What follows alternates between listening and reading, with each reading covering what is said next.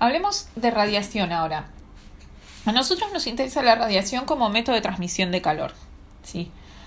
Ahora, a mí me parece que, sobre todo en un secundario, pasa mucho que la palabra radiación se asocia con cosas medio esotéricas.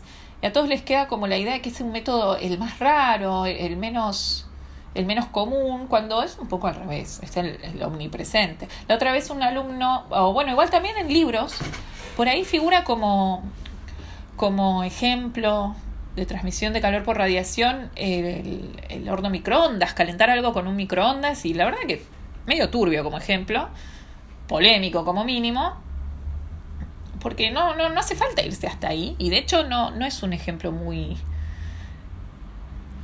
correcto. Entonces, primero para desmitificar el tema de la radiación, hablemos de qué es la radiación a secas, ¿sí? Vamos a ver qué es la radiación, qué parte nos interesa y qué parte no nos interesa. A mí me interesaba puntualmente despegarlo de la idea de radioactividad, que creo que es lo que el sentido común va a buscar cuando uno habla de radiación. No tengo muchas pruebas, pero se me ocurrió ir a Google y mostrarles que cuando uno pone la palabra simplemente radiación, no, sin nada estrambótico aparte, uno busca radiación y fíjense que todo lo que sale, lo primero que sale más que todo, es como ligado a cuestiones de peligros para la salud. Si pongo imágenes, son todos signos de alerta radiactiva o qué sé yo. Entonces, tratemos de despegarnos de ahí. Para eso, va a haber que pensar un poco cuál es la relación entre esta radiación, porque la palabra se usa para hablar de radioactividad. Estos símbolos que vemos acá es peligro, radiación. No sé, es la misma palabra. ¿Por qué? Vamos a los orígenes. ¿Qué es radiación? Simplemente es acción y efecto de irradiar, si uno lo busca en el diccionario. ¿Irradiar de dónde viene? Irradiar es una palabra que viene de radio, ¿no? De rayos. Se trata de, se le puso de nombre radiación a todo lo que salía de un centro común y se emitía en todas direcciones. Entonces, bueno, puede haber radiación térmica, ¿no? Pero puede haber radiación de muchos tipos distintos. Obviamente la que más llama la atención es la que más efectos tenga, ¿no es cierto? O la que tenga efectos más visibles o más peligrosos también. Entonces, a lo largo de la historia se fue estudiando los distintos tipos de radiación. Veamos qué tipos de radiación hay. Primero se hace una distinción importante entre, así grande, hay muchas categorizaciones, vamos a ver un par. Lo que es la radiación corpuscular y la ondulatoria. Yo puedo tener una sustancia que esté emitiendo corpúsculos, ¿sí? O sea, emitiendo partículas. Sí, eso se fue descubriendo uno, digamos, como que el proceso histórico es, primero noto que emite algo.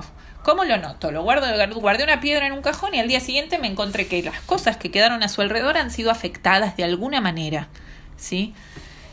Y yo no sentía nada, porque no es que se ven los rayitos, ni que pongo la mano y se siente calentito. No se ve nada. Si se sintiera calentito es radiación térmica, por cierto, hago el comentario. Pero en las cosas, en esto de lo que estoy hablando ahora, en las que tenían radiaciones emitiendo partículas, que ya que estamos, vamos a poner la palabra sobre la mesa, las cosas radioactivas, uno no pone la mano y se sienten calentitas. No se siente nada, porque lo que hacen es escupir partículas subatómicas, o sea, estamos hablando de partículas de tamaño de 2 protones y 2 neutrones, o sea, 4 nucleones, o después se descubrió lo que se llamaron partículas beta, que eran electrones, ¿sí? Entonces, ¿qué era esta radioactividad? Se fue descubriendo que eran radiaciones provenientes del núcleo de los átomos, ¿sí? Piensen que si yo tengo que sacar algo del núcleo, seguramente sale con mucha energía, porque las fuerzas que mantienen al núcleo unido son fuertes. Todo hablando en escala subatómica, ¿no? A mí no es que me tiran una partícula alfa y me dan una piña. Yo ni la siento por ahí, me atraviesa directamente. Pero a nivel partículas subatómicas, las energías de los núcleos son muy altas. Entonces, ¿qué pasaba con este tipo de radiación radioactiva? Provenía del núcleo, tenía mucha energía y resultaba ionizante. Eso es el peligro de la radioactividad. ¿Qué es ionizante? ¿Qué quiere decir ionizante? Ustedes saben lo que son los iones. Bueno, algo ionizante es que extrae energías capaces de arrancar electrones de sus órbitas, ¿sí? O del lugar que estén ocupando. Entonces, a los tejidos orgánicos, por ejemplo, si nos tiran suficiente cantidad de radioactividad de manera tal que nos destartalan un montón de electrones de su lugar, bueno, se nos destartalan las uniones moleculares, se nos destartalan las moléculas, se nos destartalan los núcleos celulares, ni hablar del ADN y de todas estas moléculas que llevan las instrucciones para lo que hay que hacer después como organismos. Entonces por ahí en el momento uno no pasa nada, simplemente un flash, bueno, chau, salgo, pero con el tiempo se hace como una cascada de efectos, ¿no? Por eso la radioactividad es peligrosa, porque es ionizante. Dije entonces que hasta ahora, digamos concepto, la radioactividad se trata de radiaciones que provienen del núcleo, no es nada, no es térmico, no se siente, es ionizante. Se encontraron distintos tipos de partículas alfa, partículas beta, también se encontró un tipo de radiación que se llamó gamma y que estudiándola se vio que no estaba asociada a ninguna partícula. Era radiación electromagnética, ¿sí? Inmaterial, propagada por el vacío y que no necesitaba, o digamos que no era llevada adelante por ningún tipo de partícula. ¿Qué pasa? La radiación electromagnética es mucho más que eso, ¿sí? La radiación electromagnética se debe a perturbaciones en el campo electromagnético. El campo está en todos lados y esas perturbaciones, o sea, ¿qué quiere decir una perturbación? Es que va cambiando la intensidad, es como si fuera que va titilando, ¿no? Uno no lo ve, pero bueno, titila su intensidad, está muy fuerte, muy bajo, muy fuerte, muy bajo. Cuando esa perturbación es muy rápida, ¿sí? Con frecuencias muy altas, se dice, tenemos ondas electromagnéticas muy energéticas. Las gamma son las más energéticas conocidas, digamos. Están como en la punta del espectro, pero hay todo un espectro dependiendo de si esas vibraciones son más rápidas o más lentas, que acá vemos. Y bueno, cada una tiene sus características. No sé si llegan a ver que está la térmica, bastante alejada de la gamma. Fíjense que esta escala no es aritmética, son como logarítmicas. ¿Vieron? Cuando salto una unidad, es que estoy saltando un orden de magnitud. O sea que si yo mido de la térmica a la siguiente es 10 veces más chica, a la otra es 100 veces más chica, a la otra es 1000 veces más chica. Entre la radiación térmica y la gamma, no sé si llegan a contar, pero es como 1.000.000 de veces menos energética. Entonces tiene sentido que no se aleja mucho de lo que es la radioactividad y el peligro. Sí, vale la pena decir que la gamma es la única radiación electromagnética radioactiva, pero no es la única ionizante. Los rayos X vieron que también a uno lo alertan mucho cuando va a sacarse una radiografía, que si estás embarazada, que no sé qué, porque es ionizante también. Entonces no puede haber mucha exposición.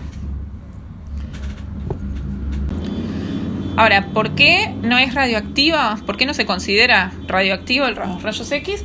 Por la manera en la que se generan, ¿sí? La clasificación va a tener que ver con el tipo de la composición, digamos, ¿no? Si hay corpúsculos o si es ondulatoria, según el efecto, si es ionizante o si no es ionizante, y según su origen. Lo radioactivo proviene de procesos nucleares. Los rayos X, que son la siguiente onda electromagnética más energética, proviene de procesos electrónicos, cosas con electrones, ¿no? ¿Qué tipo de procesos? No lo estoy diciendo y es hora de que lo diga, porque el origen de las ondas electromagnéticas es medio...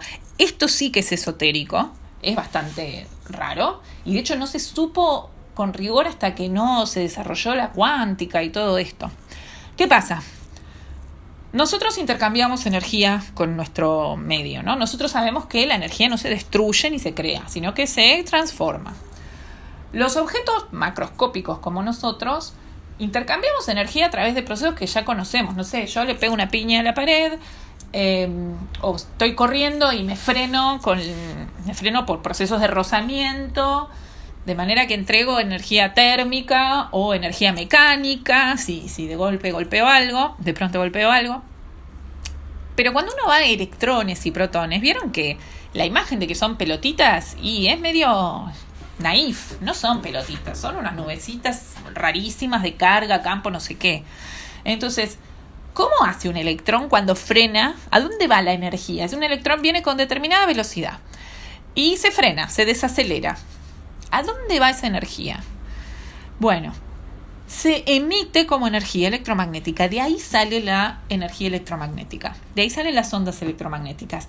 De partículas subatómicas o cosas del orden atómico que están cambiando sus energías, aumentando o disminuyendo sus energías.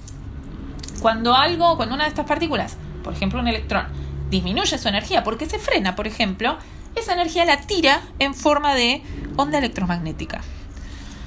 Se genera una perturbación en el campo y como resultado de eso, se emite una onda con determinada frecuencia.